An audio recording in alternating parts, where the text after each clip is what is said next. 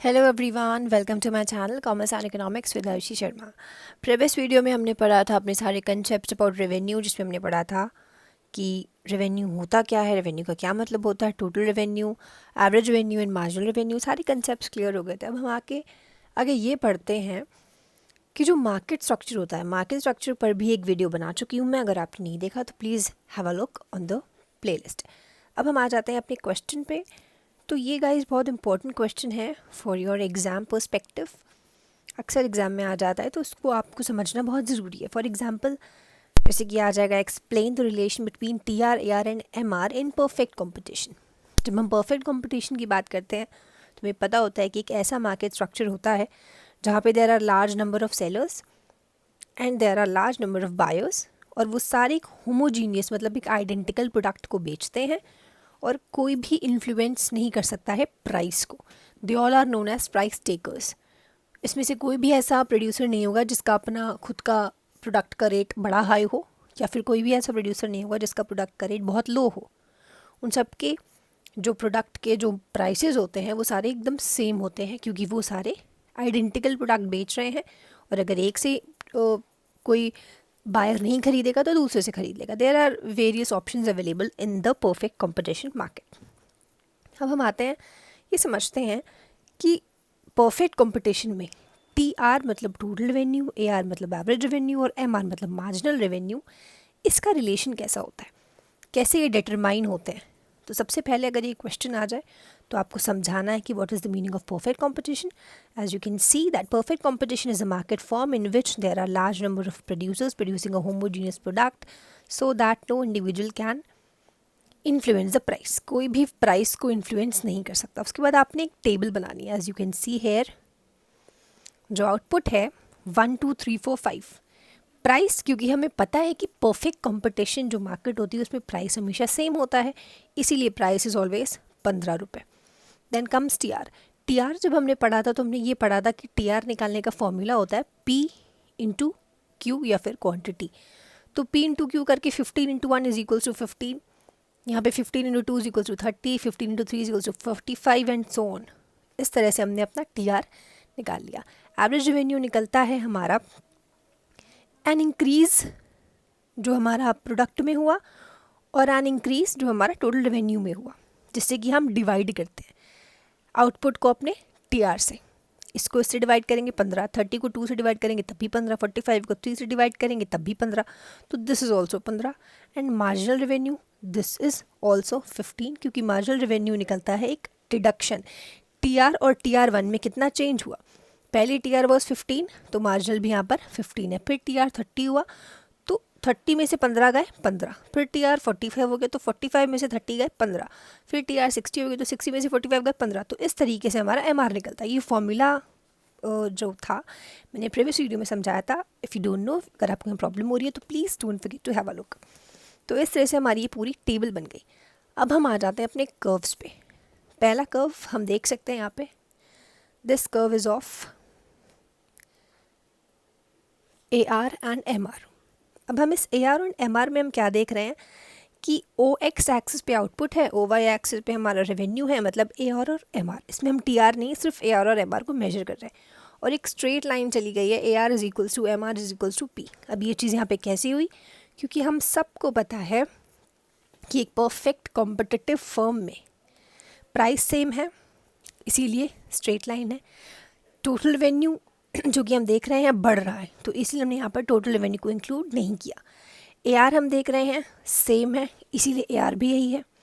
M R हम देख रहे हैं सेम है, इसलिए एम आर भी यही है। इसीलिए यहाँ पर लिखा हुआ है कि A R is equals to M R is equals to P, जैसे कि यहाँ पे देख सकते हैं। A R is equals to M R is equals to P, मतलब ये तीनों चीज़ें इक्वल हैं, इसमें कोई भी इंक्रीमेंट नहीं हुआ है, इसीलिए एक स्ट्रेट लाइन बन गई है। और ये है हमारा ए आर और एम आर का कर्व। अब हम ये देखते हैं कि जो ए आर और एम आर है उनके बीच में क्या रिलेशन है। अब फर्म जो परफेक्ट कंपटीशन में होती है उसे अपने प्राइस को कम करने की या प्राइस को बढ़ाने की ज़रूरत नहीं होती है, इसीलिए जो एवरेज रेवेन्यू होता है वो सारे ही लेवल्स पे जो है वो कांस्टेंट होता है। आप जैसे देख सकते हैं परफेक्ट कंपटीशन में। और जब मार्जिनल रेवेन्यू की बात करते हैं हम परफेक्ट कंपटीशन में, उसमें भी एक इंक्रीमेंट जब होता है प्रोडक्ट में, उससे सॉरी नॉट द प्रोडक्ट, एक इंक्रीमेंट अगर होता है एवरेज रेवेन्यू में, तो ही मार्जिनल रेवेन्यू में भी होता है वही इंक्रीमेंट सेम। अब वो रिजल्ट करता है कि एवरेज कैसे निकल रहा है।